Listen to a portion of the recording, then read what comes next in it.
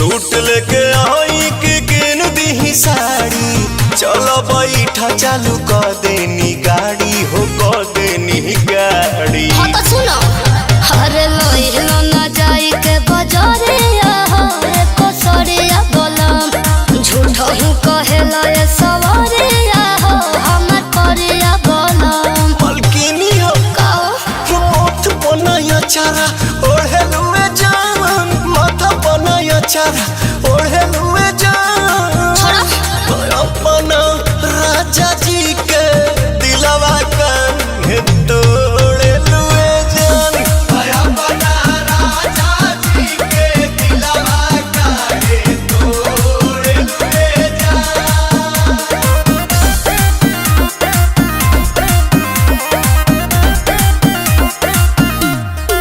किसी के नबी से उतार दो हमार भौजी, अपना बोलो मुँह के प्यार दो हमार भौजी। सोच के संवर के तू आवा तनी बान के, मन खुश कई दना अपना पवन के हो, अपना पवन के। आई हो बहर लहर जाके लूटे हो थारी चोटी हो बोलम, आंसू फिरे आंसू के डोटे हो तबे सटी हो बोलम।